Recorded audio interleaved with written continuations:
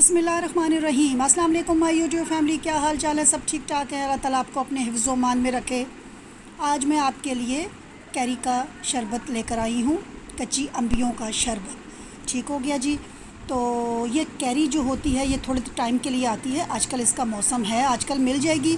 कोशिश करें ले लें और बना लें। गर्मियों का बेहतरीन तोहफ़ा, ठंडक का एहसास दिल और जिगर जो है वो आपका बेहतरीन ठंडा कर देती है। गर्मियों में आपको गर्मी का एहसास नहीं होता और बेहतरीन काम करती है। तो इसके लिए आपने कैरी ले लेनी है, जितनी मर्ज़ी आप कैरी ले लें, इसमें कोई कैद नहीं है। किलो लें, आधा किलो लें, 2 किलो लें।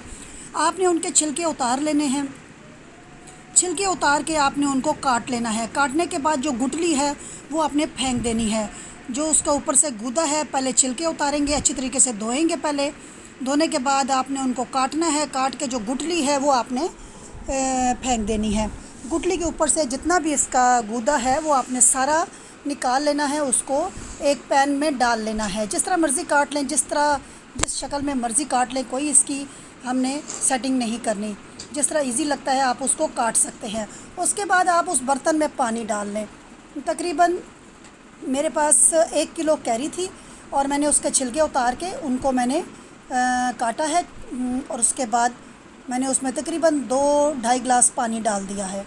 और सब्ज़ इलायची मैंने साथ ही शामिल कर दी है। अगर आपके पास पाउडर है तो वो आप बाद में भी शामिल कर सकते हैं। मेरे पास पाउडर नहीं था, मैंने इस स्टेज में सब्ज़ इलायची शामिल की है। 3-4 कर दें। आजकल सब्ज़ इलायचियाँ भी बीच में से खाली होती हैं, देख लीजिएगा। 3 या 4 दानों वाली हों वो आप डाल सकते हैं। मुंह खोल के डालिएगा उनके, ताकि उनकी खुशबू सारी अच्छी तरीके से बीच में आ जाए। अब इसको आप चूल्हे पे रख दें पकने के लिए। तो आपने इसको चूल्हे पे रख देना है पकने के लिए। अच्छे तरीके से पकाना है। 5 से 10 मिनट लग जाएंगे आपको, 10 मिनट तकरीबन लग जाएंगे आपको। और ये पक जाएगा और ये नरम हो जाएगा। जो ये क्या कहते हैं, कच्ची अम्बियाँ हैं ना, इनका जो आपने अंदर से गूदा निकाला, ये बिल्कुल नरम हो जाएगा। ये देखें, ये नरम हो चुका है। तो ये अच्छी तरीके से आपने पकाना है। इलायची भी पक गई है, कच्ची अम्बियाँ भी हमारी जो हमने निकाली थी अंदर से उसका गूदा वो भी पक गया है। और इसको अच्छी तरीके से आपने पकाना है। जब अच्छी तरीके से नरम हो जाएगा तो फिर आपने चूल्हा बंद कर देना है और इसको ठंडा कर लेना है। ये गर्मियों का बेहतरीन तोहफ़ा है। आपको किसी किस्म की भी गर्मी लगे, आप कहीं से हो के आएँ, कहीं जाएं, आप ये साथ लेके जाएं, बना के बोतल में रख लें। यकीन करें बहुत ही अच्छी चीज़ है। अंदर की गर्मी सारी ख़त्म कर देती है। जिस किसी को गर्मी का प्रॉब्लम है या जिसको बहुत गर्मी लगती है या गर्मी दाने निकल आते हैं, ये चीज़ें पीने से बहुत से मसले हल हो जाते हैं। घर की साफ़ सुथरी चीज़ों से बना हुआ कैरी का शरबत। तो आपने इसको अच्छी तरीके से नरम करके ठंडा कर लेना है। जब ये अच्छी तरीके से ठंडा हो जाएगा तो आपने ग्राइंडर जार में डाल के इसको ग्राइंड कर लेना है। अच्छे तरीके से आपने इसको ग्राइंड करना है, बिल्कुल मुलायम सी पेस्ट बन जाए। जब ये अच्छी तरीके से ग्राइंड हो जाएगा तो फिर आपने इसको छन्ने में छान लेना है। अक्सर आपने देखा होगा, कभी कभी कच्चे आम हम लेते हैं तो उसमें थोड़े बहुत बाल भी होते हैं। तो इस तरह वो छानने से सब कुछ निकल जाएगा। और जो हमने सब्ज़ इलायची भी डाली है उसके भी छिलके अगर कोई होंगे तो वो भी निकल जाएंगे। क्योंकि जब हम शरबत पीते हैं तो उसमें कोई छिलका नहीं आना चाहिए मुंह में, किसी किस्म का भी, ना सब्ज़ इलायची का और ना आम का। तो ये जी अब हमने छानना रखा हुआ है। अब इसमें हम सारा ये पेस्ट डाल रहे हैं। पेस्ट डालने के बाद हम इसको छान लेंगे छन्ने में। ये देखिए मैंने रख दिया। इसको किसी भी चम्मच से, किसी भी चीज़ से आप इसको हिलाएंगे तो वो सारा नीचे जाता जाएगा।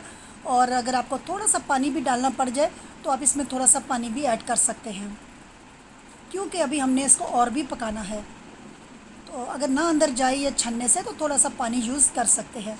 तो ये देखें जी, हमारा पानी जो है वो हमने थोड़ा थोड़ा डाल के इसको हमने पका लिया है, यानी कि छान लिया है। पकाया तो पहले से था, अब हमने छान लिया है। छानने के बाद आपने ये देखा, ये थोड़ा बहुत जो निकला है ये अब हम वेस्ट कर देंगे, यानी कि हम इसको फेंक देंगे। तो ये हमारा जी वेस्ट हो जाएगा, ये हमने बीच में नहीं डालना। अब हमारा बिल्कुल फ्रेश हमारा जो जूस है वो निकल आया हमारे पास।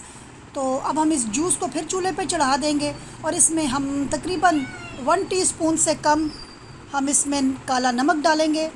और अगर आपके पास काला नमक नहीं है तो आप दूसरा भी डाल सकते हैं। अगर इन केस आपके पास काला नमक नहीं है, लेकिन इसका टेस्ट काले नमक से ही आता है। अब आपने जितनी कच्ची अम्बियाँ ली थी, आप तकरीबन उतनी ही चीनी लेंगे, क्योंकि चीनी इसमें बराबर की जाती है, क्योंकि अम्बी थोड़ी सी खट्टी होती है कच्ची अम्बियाँ, तो उसमें फिर चीनी आपको पता जाती है।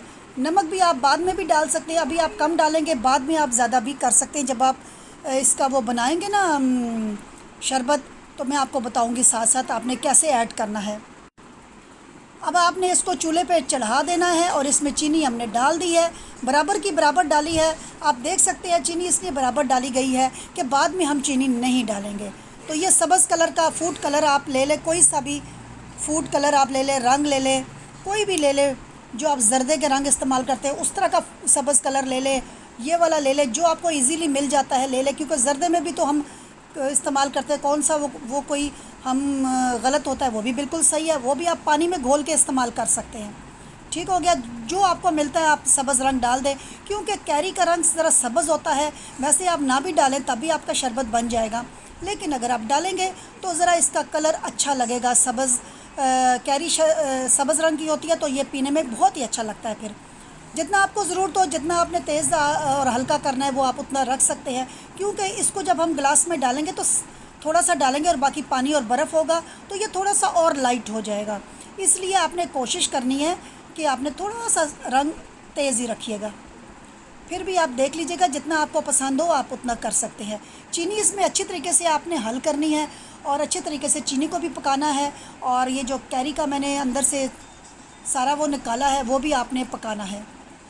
जूस जो निकाला था ना मैंने छन्ने से छान के, तो वो आपने सारा इसको पकाना है। गाढ़ा सा पेस्ट बन जाएगा तो आपने फिर इसको उतार लेना है। बहुत ज़्यादा आपने गाढ़ा नहीं करना, क्योंकि ये फिर जल की तरह हो जाएगा, जल जम जाएगा, यानी कि जल की शक्ल में आ जाएगा। तो आपने थोड़ा सा इसको रनी सा रखना है, और फिर इसको ठंडा करने के बाद आप किसी भी बर्तन में, किसी बोतल में डाल लें और सेव कर सकते हैं आप। तो ये जी मैंने अभी फ़िलहाल एक बर्तन में डाल के आपको दिखाने के लिए रखा है, बाद में मैं बोतल में डाल लूँगी। अब मैं आपको बनाने का तरीका बता रही हूँ। आपने ग्लास में थोड़ा थोड़ा नमक डालना है, बिल्कुल 3/4 यानी कि 1/4 जो है ना चाय का चम्मच, वो आपने नमक डालना है।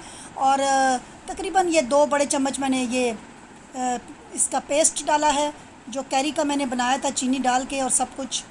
ये तकरीबन 2-2 चम्मच मैंने बड़े वाले डाले हैं। आप देख लीजिएगा, जब आप बनाएंगे आपको खुद ही आइडिया हो जाएगा कि आपको कितना इसमें डालना है। और उसके बाद आपने बर्फ़ डालनी है और ठंडा सा पानी डालना है, और इसको फिर हिला के आपने पीना है।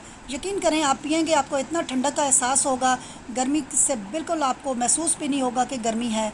पूरा दिन आपको प्यास नहीं लगेगी, अंदर की गर्मी आपकी ख़त्म हो जाएगी। तो ये आप ज़रूर बनाएं। आजकल ये मौसम है, ये दिन है, तो ये बना के तो आपने इस्तेमाल करना है। अपने बच्चों को दें, अपने घर वालों को दें, अपने भाइयों को दो, अपनी बहनों को दें, सबको दें, क्योंकि ये ऐसी चीज़ है कोई भी पीने से पीछे नहीं हटेगा। सब शौक़ से पिएंगे, क्योंकि इतना टेस्टी है, इतना टेस्टी है कि आप सोच नहीं सकते। जब आप ये बनाएंगे ना और आप जब इस्तेमाल करेंगे तो आप फिर मुझे कहेंगे कि वाकई कोई चीज़ आपने बताई है। आसान तरीका है, बहुत से लोगों को आता भी होगा, बहुत से लोग बना के पी भी चुके होंगे, लेकिन कुछ मेरे बहन भाई, कुछ मेरी नई बहनें, नई सीखने वाली मेरी बच्चियाँ जिन्होंने अभी तक नहीं बनाया या नहीं उनको आता, उनके लिए एक बहुत ही मुफीद रेसिपी है। तो गर्मी का तोड़ है ये, बनाएं और पिएं और फिर इंजॉय करें। फिर मुझे फ़ीडबैक भी साथ दें कि आपको ये मेरा कैरी का शरबत कैसा लगा। मुझे तो बहुत ही अच्छा लगा, मेरे घर वालों को भी बहुत पसंद आया। तो इसलिए मैं कह रही हूँ आप भी बनाएं साफ़ सुथरा घर में। पेप्सी और कोक से कितनी अच्छी चीज़ है, इससे आपकी प्यास भी बुझ जाएगी और गर्मी भी ख़त्म हो जाएगी, और आपके अंदर की सारी जिगर की गर्मी भी नहीं रहेगी। ठंडक का एहसास दिलाएगा आपको ये कैरी का शरबत। तो मुझे फ़ीडबैक ज़रूर दीजिएगा, दुआओं में याद रखिएगा। अब मुझे इजाज़त दीजिए, अल्लाह हाफ़िज़।